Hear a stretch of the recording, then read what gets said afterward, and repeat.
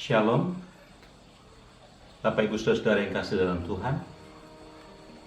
Dalam rangka merayakan Paskah kebangkitan Tuhan Yesus, kita akan mengingat bersama-sama melalui firman Tuhan yang akan kita renungkan pada saat ini. Kita akan membaca terlebih dahulu firman Tuhan yang terdapat di dalam Efesus pasal 2 ayat 1-7. Demikian bunyi firman Tuhan, kamu dahulu sudah mati karena pelanggaran-pelanggaran dan dosa-dosamu. Kamu hidup di dalamnya karena kamu mengikuti jalan dunia ini. Karena kamu mentaati penguasa kerajaan angkasa, yaitu roh yang sekarang sedang bekerja di antara orang-orang durhaka. Sebenarnya dahulu kami semua juga terhitung di antara mereka, ketika kami hidup di dalam hawa nafsu daging dan menuruti kehendak daging dan pikiran kami yang jahat. Pada dasarnya kami adalah orang-orang yang harus dimurkai sama seperti mereka yang lain. Tetapi Allah yang kaya dengan rahmat, oleh karena kasih-Nya yang besar yang dilimpahkannya kepada kita, telah menghidupkan kita bersama-sama dengan Kristus, sekalipun kita telah mati oleh kesalahan-kesalahan kita. Oleh kasih karunia kamu diselamatkan. Dan di dalam Kristus Yesus Ia telah membangkitkan kita juga dan memberikan tempat bersama-sama dengan Dia di surga, supaya pada masa yang akan datang Ia menunjukkan kepada kita kekayaan kasih karunia-Nya yang melimpah-limpah sesuai dengan kebaikan-Nya terhadap kita dalam Kristus Yesus. Kita akan berdoa dulu. Kami berdoa supaya Tuhan menolong kami mengerti isi firman-Mu dan hamba-Mu yang menguraikannya, supaya Tuhan menolong hamba-Mu untuk menguraikan dengan jelas firman-Mu dan kami semua dibangun iman kami oleh firman Tuhan. Dalam nama Tuhan Yesus kami berdoa. Amin. Bapak Ibu Saudara yang kasih dalam Tuhan, saya ingin mengajak Bapak Ibu Saudara untuk merenungkan tentang kebangkitan Tuhan Yesus. Apa makna kebangkitan Tuhan Yesus bagi kita, orang-orang yang percaya kepadanya? Saya menemukan ada 3 hal penting tentang kebangkitan Tuhan Yesus. Yang pertama, kebangkitannya telah menghidupkan kita secara rohani. Kalau Bapak Ibu memperhatikan di dalam ayat 4 dan 5, dikatakan bahwa tetapi Allah yang kaya dengan rahmat, oleh karena kasih-Nya yang besar yang dilimpahkannya pada kita, telah menghidupkan kita bersama-sama dengan Kristus. Telah menghidupkan kita bersama-sama dengan Kristus.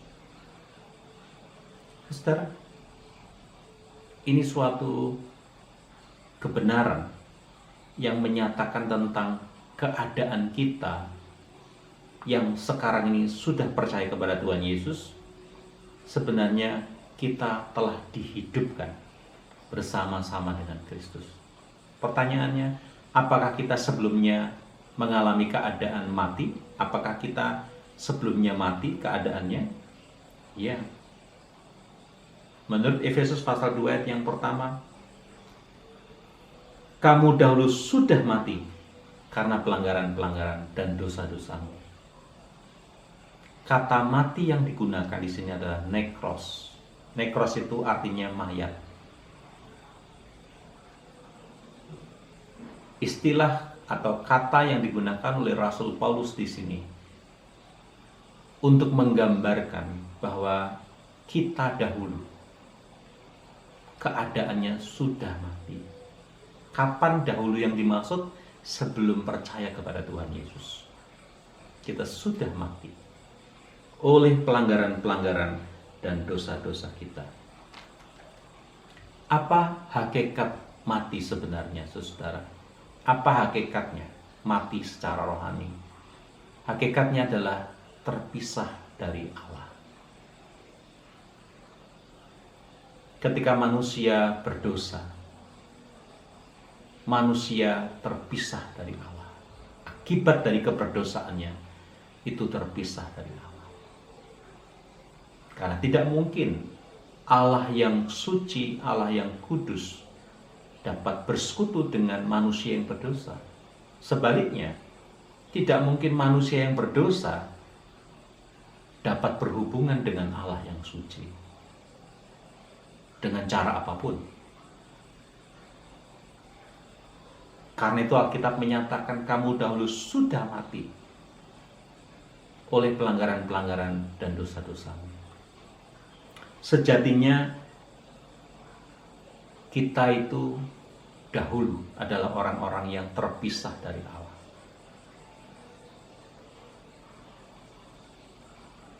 Tetapi sekarang kita bersama-sama dengan Kristus telah dihidupkan secara rohani. Apa yang menghidupkan kita? Atau siapa yang menghidupkan kita? Allah, melalui kasih karunia-Nya yang sangat besar. Oleh iman kita kepada Tuhan Yesus, bersama-sama dengan Kristus, Allah telah menghidupkan kita. Saudara, ini berita yang sangat penting. Sebab Bapak Ibu Saudara-saudara dan saya, kita tidak mungkin bisa bersama dengan Allah.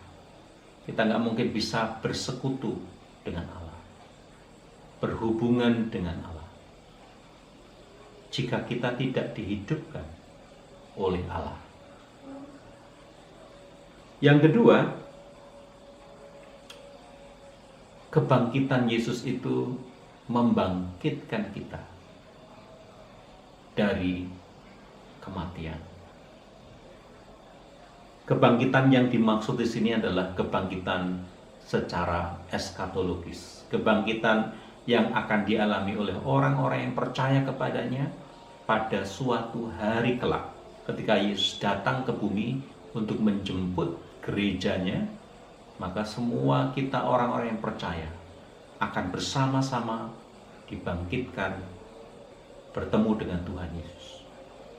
Dan selanjutnya, yang ketiga, maknanya adalah Bapak Ibu Saudara-saudara dan saya, kita akan bersama-sama dengan Kristus di surga. Di dalam ayatnya yang ke-6 selanjutnya dikatakan, dan memberikan tempat bersama-sama dengan Dia di surga. Kita bersyukur, saudara, karena oleh kasih karunia-Nya Allah, kita dihidupkan. Dan suatu hari kelak kita akan dibangkitkan bersama-sama dengan orang percaya yang lain untuk bersama-sama dengan Kristus. Dan pada akhirnya kita akan menerima tempat bersama-sama dengan Dia di surga. Bapak Ibu, kita memiliki kepastian melalui kebangkitannya Yesus. Kita tidak lagi terpisah dari Allah karena kita sudah dihidupkan. Kita tidak perlu lagi ragu apakah nanti Tuhan apakah saya nanti, apakah kita nanti akan dijemput atau diangkat, dibangkitkan bersama-sama dengan Dia. Bersama-sama dengan Dia.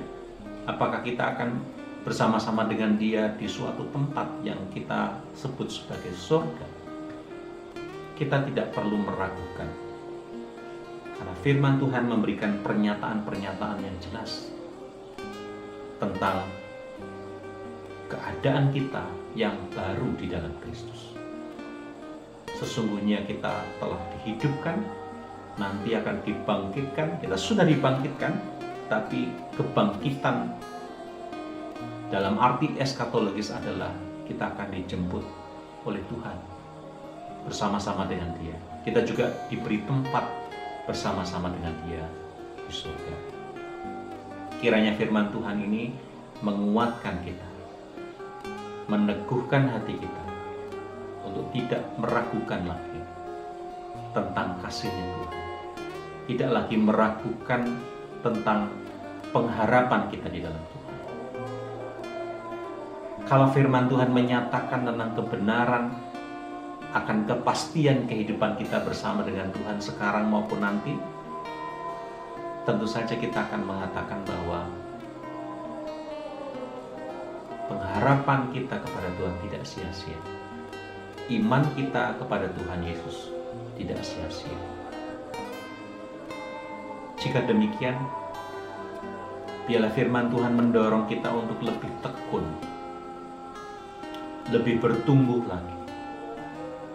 Karena kita tahu kita sedang berada di jalur yang benar, pengharapan yang pasti di dalam Yesus Kristus. Kiranya firman Tuhan ini menguatkan saudara, meneguhkan hati saudara dalam mengikut Tuhan Yesus. Tuhan memberkati. Mari kita berdoa. Kami mengucap syukur untuk firman-Mu yang sudah diberitakan bagi kami, yang memberitakan tentang anugerah Allah yang sangat besar, yang sudah menghidupkan kami bersama-sama dengan Kristus, dan yang akan membangkitkan kami bersama-sama dengan Kristus, dan yang memberikan kami tempat di surga bersama-sama dengan Kristus. Kiranya Tuhan meneguhkan iman jemaat, pengharapan jemaat, dan terus memberkati jemaat bertumbuh di dalam Tuhan. Di dalam nama Tuhan Yesus kami berdoa.